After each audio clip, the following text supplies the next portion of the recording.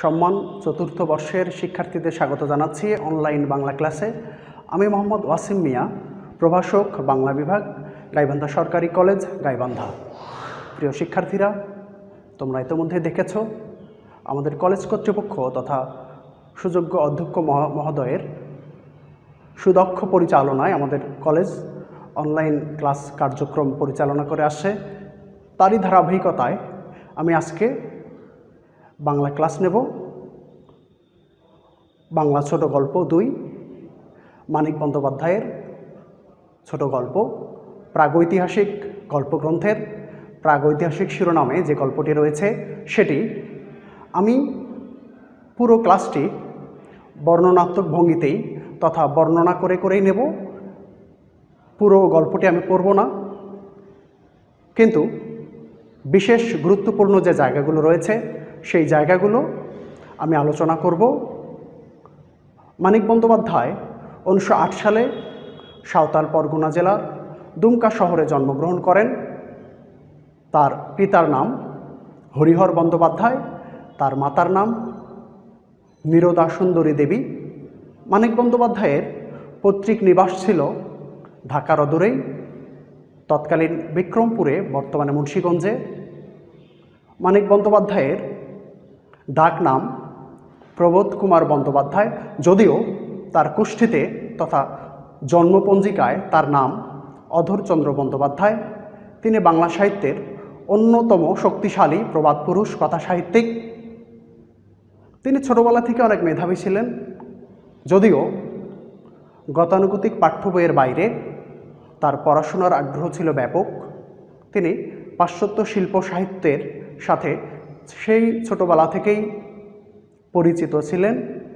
তার বিখ্যাত উপন্যাসগুলোর মধ্যে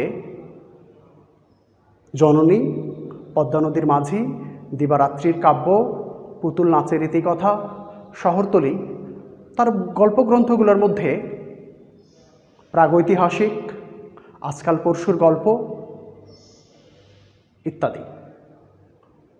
প্রিয় শিক্ষার্থীরা, আমি যে গল্পটি পড়ব প্রাগৈতিহাসিক, অর্থাৎ ইতিহাসের পূর্বের কোনো ঘটনা, যে ঘটনা মানব ইতিহাসে একেবারে একটা অন্ধকার দিক।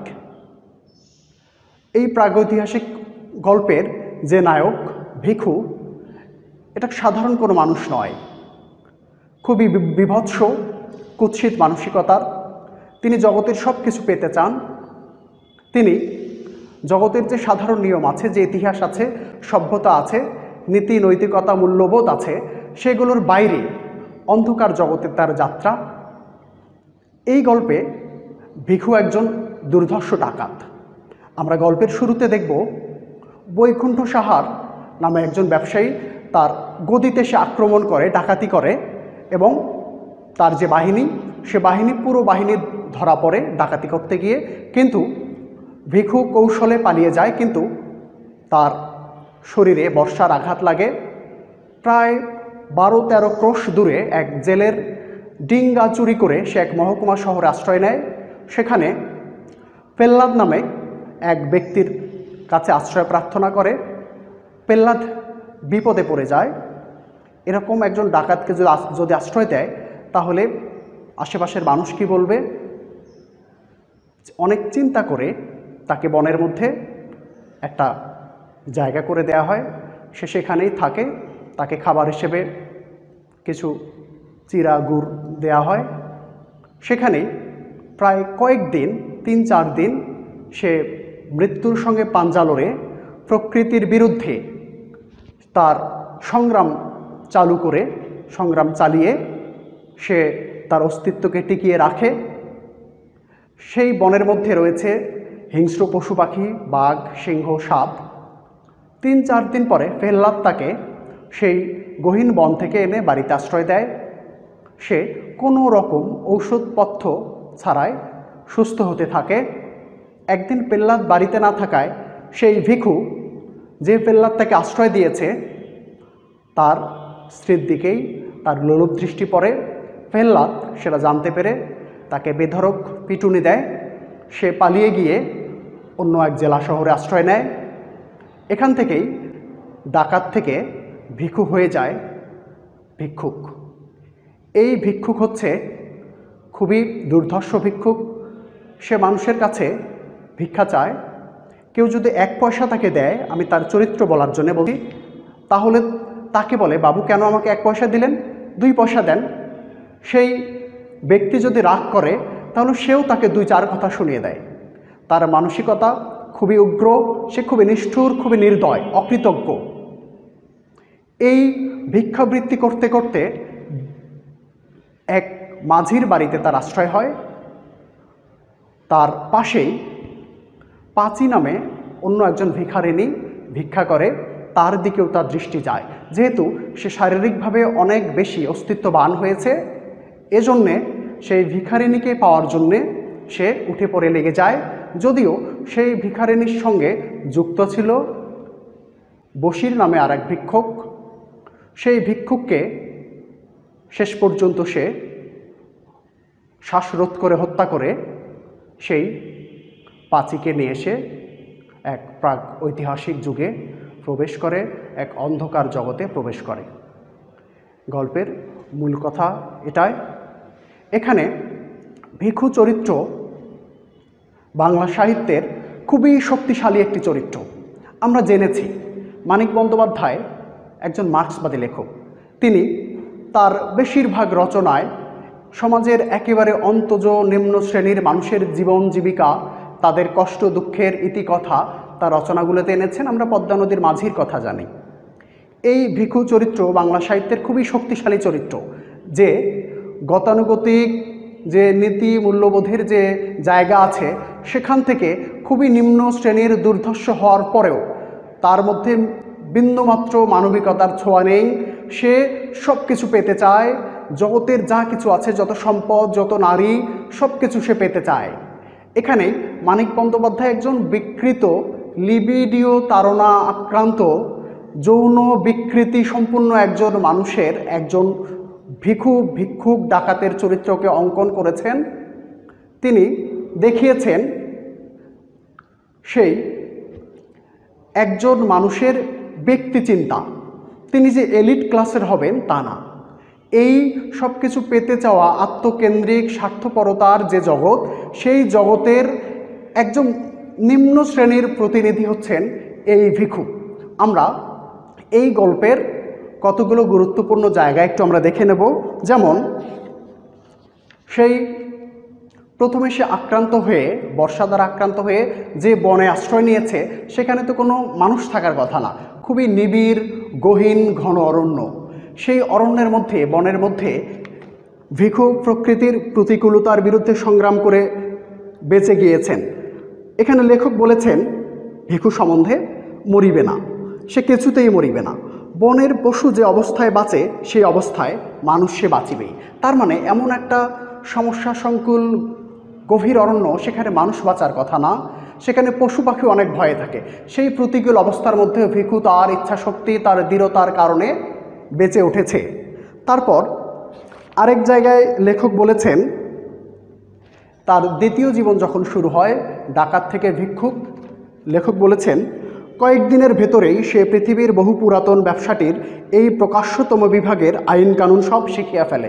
কারণ ভিক্ষুর দরকার অস্তিত্বকে জানান দেয়া, সমাজে টিকে থাকা। সার্ভাইভাল ইজ দ্য ফিটেস্ট, যোগ্যতমরাই টিকে থাকে। অন্য কোনো মানুষ হলে, খুবই দুর্বল চিত্তের মানুষ হলে হয়তো ধ্বংস হয়ে যেত, কিন্তু ভিক্ষু সেরকম চরিত্র না।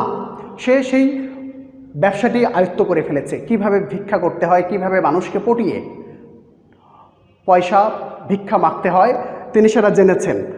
এবং সে যখন আক্রান্ত হয়েছে, তার যে হাতটি, যে হাতে সে বর্ষার খোঁচা খেয়েছে, এত শুকনো হয়ে গিয়েছে, লেখক বলেছেন শুকনো মরা ডালের মতো চিকন তার হাতটি। লেখক বলেছেন শুকনো হাতখানা তাহার ব্যবসার সবচেয়ে জোরালো বিজ্ঞাপন। লেখক এই যে ভিক্ষাবৃত্তি বর্তমান সমাজে, তৎকালীন সময়েও একটা ব্যবসার অন্যতম মাধ্যম। যার শরীর যত বিকলাঙ্গ, যত সে অসুস্থ, সে মানুষের করুণা, সহানুভূতি খুব তাড়াতাড়ি পেয়ে থাকে। ভিখু পেয়েছিলেন। তারপর পাঁচির প্রতি তার যে লোলুপ দৃষ্টি, সে পাঁচি আবার অন্য একজনের সাথে যুক্ত। তিনি বলেছেন এবং তার অবস্থা বর্ণনা করেছেন লেখক সেই পাঁচির কথা। পাঁচিরও রয়েছে শরীরে ঘা, সেও অসুস্থ, ঘিন ঘিনে অবস্থা শরীরের। এই ঘায়ের জোরে ভিখুর চেয়ে সে বেশি রোজগার করে, সেজন্য ঘাটিকে সে বিশেষ যত্নে সারিয়ে উঠতে দেয়নি। তারপর ভিখু যখন তাকে তার ঘরণী হিসেবে চেয়েছে, তাকে নিয়ে আলাদা সংসার পাততে চেয়েছে, সেই পাঁচি তাকে শুনিয়ে দিয়েছে, দুদিন বাদে মোরে যখন তুই খেদাইয়া দিবি তখন মুই জামুকো আনে। মানে ভিখু তাকে বলেছিল, আমার কাছে এসো, তুমি তোমার যে ঘা রয়েছে, অসুস্থতা রয়েছে, সেটা চিকিৎসা করো, সারিয়ে নাও। কিন্তু সে যদি সুস্থ হয়ে যায় তাহলে তো সে ভিক্ষা পাবে না, এবং পরে যদি ভিখু তাকে নিয়ে যদি তাকে ছেড়ে দেয়, বাদ দেয়, তাহলে সে যাবে কোথায়? এই জন্য চরম চিরন্তন একটা সত্য কথা পাঁচির মুখ দিয়ে আমাদের লেখক শুনিয়েছেন। তারপর লেখক এক জায়গায় বলেছেন, যখন এই ভিখু সেই বিন্নু মাঝির পাশে ভিক্ষা করতে করতে একটা কুঁড়ে ঘরের মতো চালায় সে আশ্রয় নিয়েছে, সেই চালার মধ্যে থেকেই সেই বিন্নু মাঝির সংসারের সুখ দেখে, তার স্ত্রীর সঙ্গে তার খুনসুটি দেখে তার মনে হয়েছে, তার মধ্যে ঈর্ষা জেগেছে। লেখক পুরো গল্পে দুইটা ঋতুর উল্লেখ করেছেন, একটা বর্ষা ঋতু, একটা শরৎ ঋতু। বর্ষা ঋতুকে তিনি প্রতিকায়িত করেছেন তার জীবনের যে উচ্ছৃঙ্খলতা, যে উন্মুক্ততা তার মধ্য দিয়ে, এবং এই শরৎ ঋতু তার জীবন এসেছে প্রেম হিসেবে, তার নতুন করে বাঁচার জন্যে, নতুন করে সংসার পাতার জন্যে। তার কাছে জগতের সব কিছু তার হাতের মুঠোয় পেতে হবে। লেখক এক জায়গায় বলেছেন, নদীর ধারে খেপার মতো ঘুরিতে ঘুরিতে তাহার মনে হয় পৃথিবীর যত খাদ্য ও যত নারী আছে একা সব দখল করিতে না পারিলে তাহার তৃপ্তি হইবে না। মানিক বন্দ্যোপাধ্যায় যে মার্ক্সীয় লেখক ছিলেন, পুঁজিবাদ বিরোধী, এখানে পুঁজিবাদী মানসিকতা কাজ করেছে ভিখুর মধ্যে। অর্থাৎ তার যা কিছু আছে সব কিছু তাকে পেতে হবে, জগতের সমুদায় সম্পত্তি নারী সব একা ভোগ করতে হবে। এখানে নিম্ন শ্রেণীর একজন মানুষের মধ্যে পার্থক্য নেই, সেও এক অর্থে শোষক, সেও এক অর্থে আত্মকেন্দ্রিক, স্বার্থপর।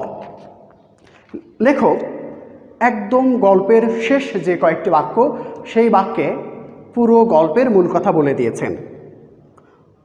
হয়তো ওই চাঁদ আর এই পৃথিবীর ইতিহাস আছে, কিন্তু যে ধারাবাহিক অন্ধকার মাতৃগর্ভ হইতে সংগ্রহ করিয়া দেহের অভ্যন্তরে লুকাইয়া ভিখু ও পাঁচি পৃথিবীতে আসিয়াছিল, এবং যে অন্ধকার তাহারা সন্তানের মাংসল আবেষ্টনীর মধ্যে গোপন রাখিয়া যাইবে, তাহা প্রাগৈতিহাসিক। পৃথিবীর আলো আজ পর্যন্ত তাহার নাগাল পায় নাই, কোনো দিনও পাইবে না।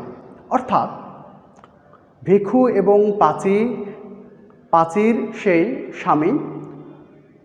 স্বামীকে হত্যা করে তারা যে অজানার উদ্দেশ্যে পাড়ি দিয়েছে, সেই জগৎটা হচ্ছে প্রাগৈতিহাসিক, সেই জগৎটা হচ্ছে অন্ধকার যুগ, সেই জগৎটা হচ্ছে গতানুগতিক আমাদের যে প্রাত্যহিক জীবন সংসার জগৎ, সেখান থেকে বাইরে।